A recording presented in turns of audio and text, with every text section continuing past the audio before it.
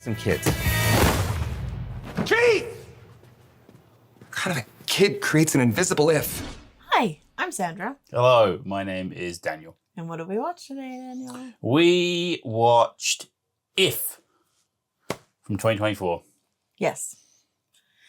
And you picked it. No, I didn't. Well, you did. Nope, that's not true at all. You picked it. Okay.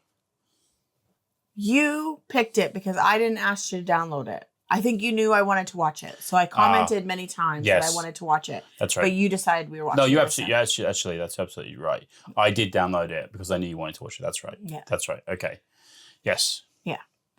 Okay. Do you want me to do an intro for Yes, If? please. Okay. If 2024. B is a 12-year-old girl who has lost her mother. Died very young. Her father is also now facing major surgery in New York. So she's gone to live with her grandmother. And when she's at her grandmother's place, she finds a box of old drawings, paintings that she did when she was younger. And it triggers some long forgotten memories. Dun, dun, dun. Dun, dun, dun. And the rest is spoilers. Yes. Okay. What did you think, babe? I liked it. Did you? Well, I liked some of it. I liked. Well, I have opinions. Yes. So I want you to start with your opinions. Okay. So I wanted to like it more than I did. Yep. I did like it, Mm-hmm. but I feel like I have questions. Okay. Like still, I just have a lot of questions. Oh my god. I watched this twice. Just questions. Let me ask you a question. Are your questions going to be rational questions about a magical world? Is that what you're going to ask me? Like, how did she do this and how did she do that? Magic, babe. The answer is always going to be a wizard did it. Always. Well, maybe some of them. Okay. So what? But some of them aren't. What? So should we outline what happens? So so there is. We're all in spoilers, okay? So it's imaginary friends. That's what she readers connects with. Yeah. Old imaginary friends. Yeah. And of I guess people around her. Yeah, she sees all the imaginary friends. So I have some questions too, but do you want to ask your questions about this world? No, I want you to go first. Okay. So here are some questions that I have. Yes. Okay. Why is B able to see other people's imaginary friends? Yeah. And is it only the ones that no longer have? Or can she see current? Yeah, imaginary current ones. We don't see any current ones. No, I don't. Not really. No, That we know of. that we know of. Yeah. Yeah. Okay. Why is B's imaginary friend a man-looking creature, and all the rest are sort of cartoony-looking creatures? Yeah, I guess we make them up, right? The one question I have is, did I have an imaginary friend? Oh my god. Yeah. Did you? Did I? And I forgot him? Yeah, you did. Because I need him. He's fading out right now as we speak. Stop it. He's standing right there. He's Is called. it Keith? He's called Mr. Light, Mr. Camera. Okay. No, that's a question. I have more realist, like more not even about this world kind of questions. Like, where was she traveling from? And why was she traveling alone? Yeah. How was she able to just roam around New York City by herself? At the age of 12? At the age of 12. I don't know. Don't kids No. No, come on, babe. You see kids walking around, they can't be 5. Right? And I always think that's crazy. Yeah, that is crazy. Why is this kid walking around That on their is own? crazy. But she's a But 12-year-old. We don't live in like a center of a metropolis. I think New York's pretty safe. Well, I'm not saying it's not safe, but what is she doing? Yeah, I don't know. But I think we just got to go with that, right? Like, we just got to go with I guess so. What is even wrong with the dad? Don't even know that. I think we assume that he's got a heart surgery. He's having heart surgery. I guess so, yeah. He's got some problem with his heart because he's got a T-shirt with a broken heart on it at one point. So I assume it's some sort of heart surgery. Another question is Benjamin being abused? That's pretty serious. Oh question. my God. I didn't even think about that. But he has a broken arm from that's another very incident. dark for this film, It is. babe. I'm sorry, but I had popped into my head. No, I thought maybe we were going to find out that Benjamin was like brittle bone syndrome or something. Well, you know what I maybe. mean? Because he's He's very clumsy, I guess. He seems to have multiple injuries. Yeah. Yeah. But I hope he wasn't being abused. Yeah, That's a very dark. I don't think it would be that. Like, this is a kid's show. This is a so kid's all film, these yeah. questions are being asked. Yeah, I think I'm going to rule that one out. Okay, I'm going to say Okay. that's not true. I'm just saying. Well, no, I don't think it's true either. But like, Anyway. What do we think about the fact that this was like a John Krasinski written and directed film? Do you have any thoughts about that? Well, that made me want to love it. And you didn't quite love it, hey? So the first time I watched it, I was like, I'm not sure I know what's going on. I don't know what the point of any musical interlude is. Is it just for fun times? Is it moving the plot forward in a way I didn't realize? Oh, really? Yeah, I didn't really. My favorite part was the musical interludes. I'm not saying they're not good. They're real good. Yeah, they are. But why? It's a shocker to me that I think I'm going to end up liking this film more than you. You probably are, and that's disappointing to me because I want to just love it. Okay, can I tell you some of the things I liked? Yes. I thought the actress playing Bee was really good. Yes. Cailey Fleming. I've written it down here.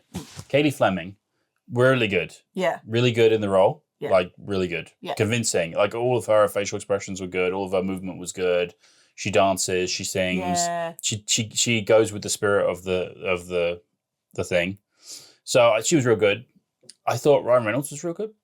And I'm not really fussed by Ryan Reynolds. I think this is the second Ryan Reynolds movie you've seen. What I appreciate about it was that he put in a lot of effort into this film. Like, you can tell he's really going with it. Like, he's really every scene he's going for it. Yeah. And I thought that was good. And he brought a lot of energy and a lot of sort of razzmatazz that the film needed, and a grumpiness that wasn't annoying. Yes.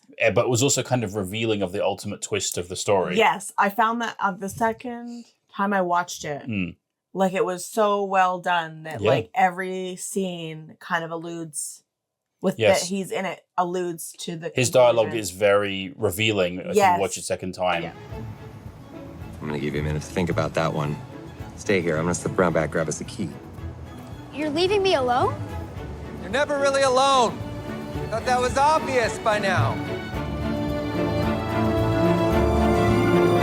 I mean, I wasn't surprised by the twist. If you think it's a twist, I got it straight away. Like, it seemed instantly true to me. Yeah, I mean, I guessed it. You guessed it, yeah. I did, but... Because I think there was one point where you turned to me and you said, I don't know what's going on. Yeah. Yes. There absolutely was a time where I did that. Yeah. Because I wasn't sure. Because I guess I had all these other questions roaming around in my mind that aren't important to the plot. And I get that, but I still... Like, whose grandmother is it? Like, whose parent is it? Yeah. I don't even know. Well, yeah, and where was she coming from? Like you say, at the beginning of the film, she travels to New York to see her dad. Is she not staying with her dad? Yeah. It's weird. It is Was she weird. staying with an aunt? We never really find out. And so I get stuck, I guess, on those moments. Yeah. It is also weird that she's like going to the hospital on her own. She gets her job, but her dad doesn't even really ask why. Yeah. Like, there are some weird things like that. But I think you just have to kind of go with it. Yeah. And switch your brain off a little bit. And it is aimed at primarily for kids, this film. This is primarily a kid's film, I would say. I thought the film was somewhat reminiscent of both, like, 90s kids films. It was a touch of Jumanji about it, I thought. I also thought it was a little bit like Charlie and the Chocolate Factory. With Ryan Reynolds as the role, like a kind of Willy Wonka figure, leading everything around. Yeah. The script, I think, is really well done. I think so, too. I think he did a good job writing it, Krasinski, because everything made sense. Yeah. Everything did. Everything plays kind of off each other. I think it was... Yeah. And I think it was beautifully shot. Beautifully shot. Like, amazingly beautifully shot. Like, New York looks great, hey? Yeah. I mean, in reality, New York doesn't look like that, I don't think. But it looks great in this film. Yeah. Like, you can see... He's taken the time. Like, a lot of the shots are in New York. It's obviously rained, but the rain is still there, and it gives the ground a shimmer to it. The lighting is really good. Yeah, like, it just, everything looks real good. Like, he's taken. I don't know if he's the buildings are beautiful. I don't know if it's actually the cinematographer doing this, but whoever was responsible for how the film looks great. Yeah.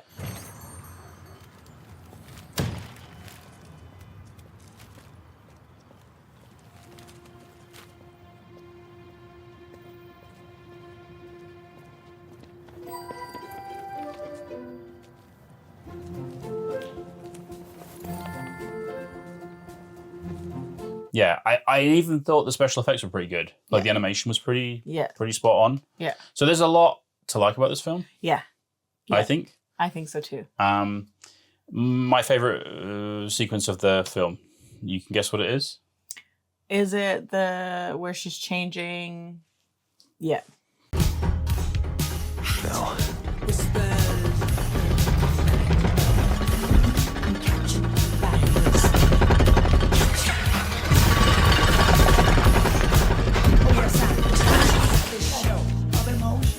What happened?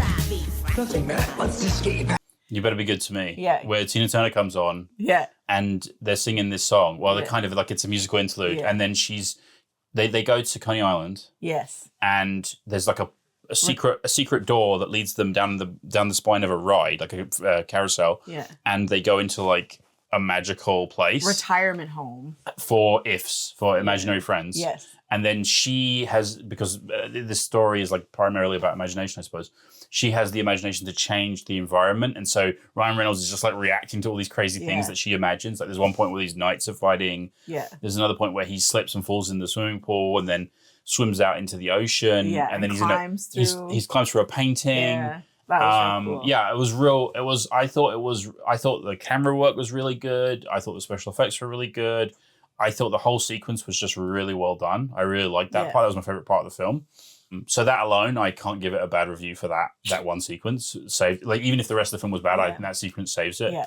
I also kind of liked the interviews with the ifs. Yes, I like that. Where I really like that. And what I liked about that was they're all interacting with each other, these ifs, and you get a sense of their personality from the way that they've been created. Yeah. And there was some funny stuff in there as well. Like real funny. the ice cube is like, I thought it was some sort of existential thought, but actually he was just thirsty. And he was living in Arizona. He was just thirsty. So he wanted some icy water. Yeah, it was real good. Yeah. And then the recurring joke of Keith made me laugh. Oh, I know. Every time, Made me even laugh. the second time around, you laughed. I still thought it was funny. I still thought it was funny.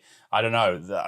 That was good for me, I thought. And I liked, we saw at the end, on the credits, Keith is written as introducing Brad Pitt as Keith, the Invisible Man. Because I guess he's the producer of the film, like one of the, he's probably one of the producers. He does a lot of producing. But that was funny too. Like, we're gonna introduce Brad Pitt. Yeah. Like one of the biggest stars in the world. And he's like the Invisible Man. Yeah. Like constantly tripping up Ryan Reynolds. And then we find out at the end, like, and Ryan Reynolds says at one point, what kind of crazy kid would come up with an invisible imaginary friend? And it turns out to be the dad. The dad. Oh, hi, Keith. Yeah. Yeah. There was, I like that. It was a all, lot to like. It was all written, like, sort of all in sync. Yeah. Yeah. He should write more. Well, he's working on the Quiet Place 3. Yeah. Well, I haven't seen the second one. I have. I liked the first one. I haven't seen the Day One Quiet Place. Oh. Okay. They did another one, didn't they? Day One. Yeah. Quiet Place. I haven't seen that either. Yeah. Anyway. Okay. Can I say something else I liked? Yes. I like the music. Yes. Michael Giacchino. Oh. Yeah. I looked it up. Well, good. Because he's done a lot of stuff. Okay. Yeah, Giacchino. Like he did Up, the music to Up. I've never seen that. He did the music to the new Star Trek films. Okay. Like he's done a lot of music. Like he did Lost. He did the theme tune for Lost, which is really good. And I think that the music really works here. The music's like it's got a real kind of like a real kind of pace to it, and it like moves the characters forward. It gives them a real kind of energy. Yeah. I also like the costumes. Mm-hmm. I like that, like, she is similarly dressed to her if. Yeah, that's right. Did you notice also that Ryan Reynolds and her would do the same kind of gestures? Like when they were doing the interviews, they both do the thing because it's all just part of her imagination, I suppose. And they all say, well, because she would have learned from him, right? Well, but she is him in a sense. Yeah. Right? Yeah. So, yeah, I also thought it was real clever that when they're trying to get the ifs to reconnect with their now adult children, like their adult children, that they have to use senses, like sensory perception, like taste or smell or touch, to try and reconnect, because it's actually true that a lot of like long lost memories can be recovered if you go back to a place you went before, or your smell can trigger a lot of memories, and so can like different things. Yeah. So I thought it was really clever that they sort of wove that into the story, like because all these imaginary friends have been forgotten. Yes. And they need to be remembered, and to do that they have to do it via sensory data. Here's another question. Yeah. Why? Why what? Why do they need to be remembered? Like, Yeah, well, I they don't get- really go into that, do they? Yeah, like I get because originally they're trying to like match them with new kids, but no new kid sees, or the one new kid they try it out with Doesn't work. doesn't yeah. work, right? So then they're like, well, Well, I think that the actual true answer to the question, if it were a real scenario, is that they're going to die. But they're going to vanish from existence. well, that's implied. That's implied, I but think. there's a 96-year-old if. Yes, and then presumably his child is gone. Yeah, Right? Maybe I don't know. We don't know really. you don't know, but Yeah. they didn't try to reconnect him. That's for sure. Yes. I don't know. So I don't know. And then they glow and everything's all happy and lovely, but I'm not sure why. And I guess I'm not supposed to ask that. Well, I'm I just don't think supposed so. to be I think happy. that a kid wouldn't ask that question. Yeah, so it's that's true. primarily aimed at a kid. But you're right. It's like some sort of question that's open. Yeah. About like what happens to these. Yeah, and it doesn't. It just kind of brings it down a bit for me. Was it Toy Story-esque? In the sense that you got like something that kids are playing with, like their imaginary friend, or in this case, or in that case, toys that have been like they desperately want to be relevant to their child's life, but the child's grown up and forgotten them. Maybe that's all it is, right? Because they're all like super connected to their kid, Mm-hmm. and maybe they just want to know that they were important. That's valid. Like if that's the reason, then that's cool. Like I don't need much of a reason. I just don't know. What did we think of Tina Turner? She's not in it exactly. No. Except she kind of is. Yeah. But I don't think that's really Tina Turner because Yeah. Tina Turner died in 2023. Oh, okay. But I guess she would have been alive when they were filming it. But I think they have like a Yeah. double, like a double in there. I kind of like that it's a song from Yeah. before. Yeah, I like And it. presumably it was a song from her, because they see it on the video camera, right, of her singing to this song. Yes, yeah. Yeah, So I like that. I think it's very well connected. all Right, very well like- connected. Yeah, And then when you watch it again, you even get more connection out of it. Like I think that's really impressive, right? Like you're seeing it not like, oh, this is mind blowing, but you know what I mean? Like you're just like appreciating how much thought went into this, I think. Okay, I have a problem with the film. Oh my gosh. Okay. Okay, do you want to know what it is? Is it John Krasinski? No. Okay. Okay, let me ask you a question about Krasinski. Why did he cast himself as the dad rather than her if? Oh, because I don't think he wants to be directing himself for a long time. You think that's what it is? Yeah. You think it's simply like workload? He wants to give the main character to Yeah. Ryan Reynolds? I think he likes being like slightly in a film that he's directing. Like that's kind of fun. Yeah, I guess. think. Oh, you haven't seen Quiet Place 2, so No. I won't spoil that one. Don't spoil it. I won't spoil that one.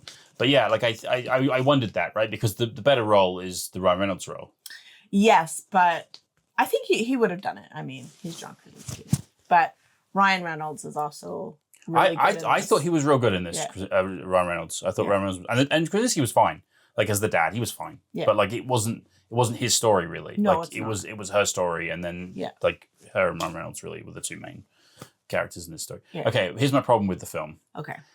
I feel like there's a degree of sentimentality about this film that just like at times it creeps over into being insufferable. Like there are times when it's like, oh, you know what I mean? It's like this is just a little bit too sentimental, a little bit too sweet.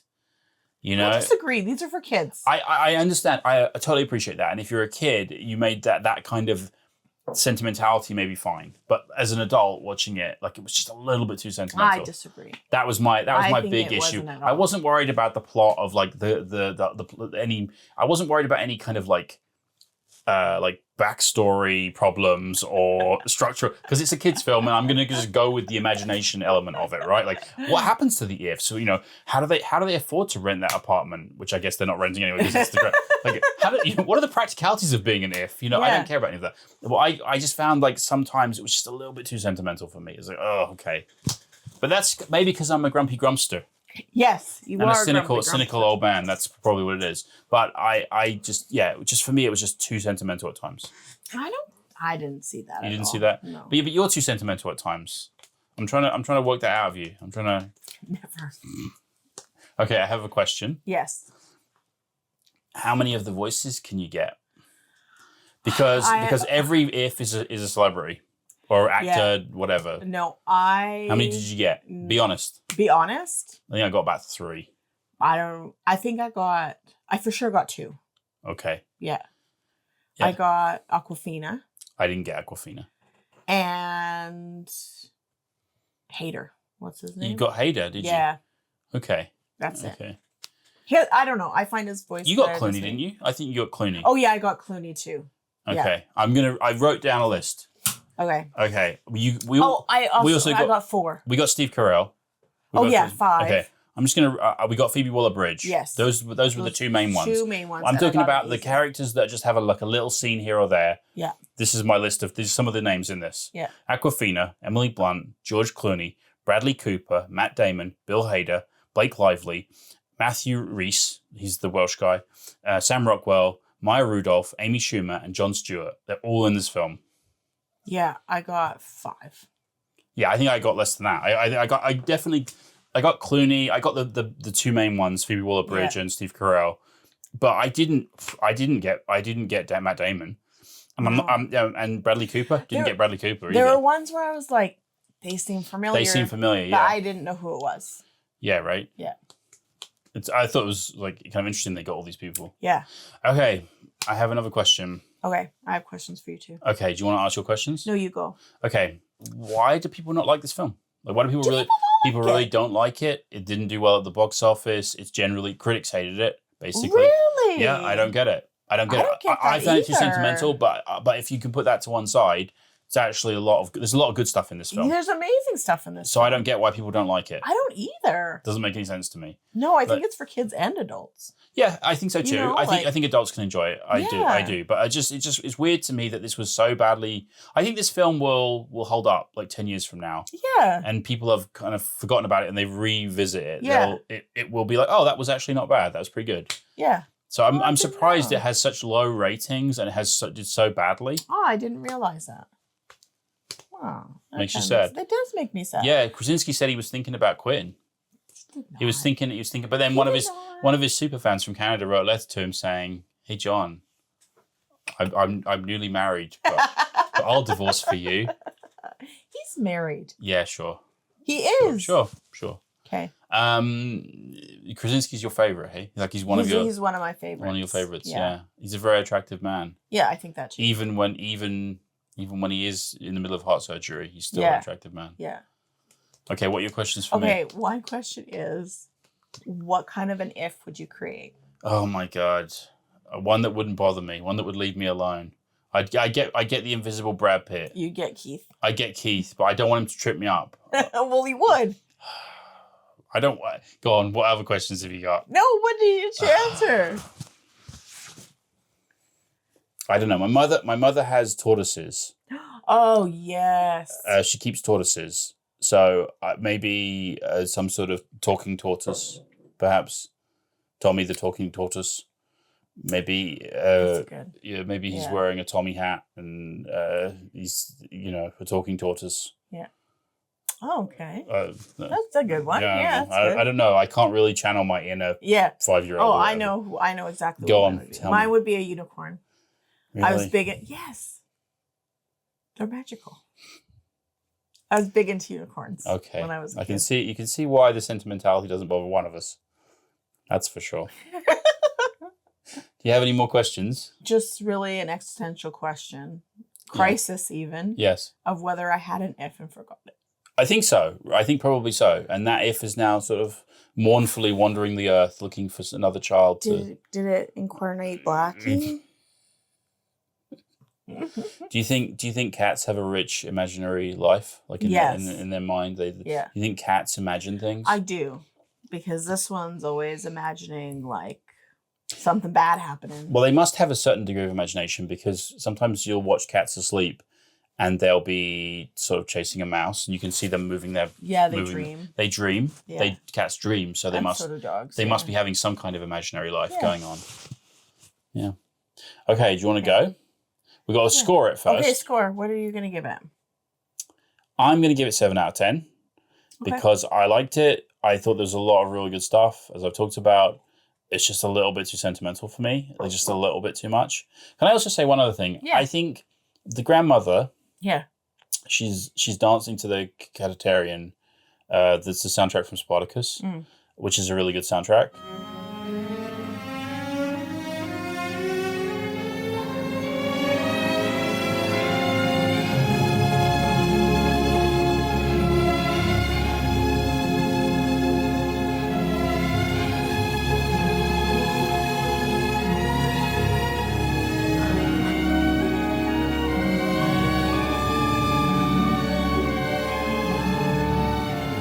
The actress Fiona Shaw, I guess she's having some sort of career renaissance, hey?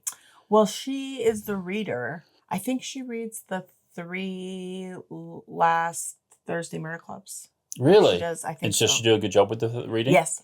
She's a good reader? Yeah, she is good. It's funny how, you have these actresses and actors that are trained up professionally.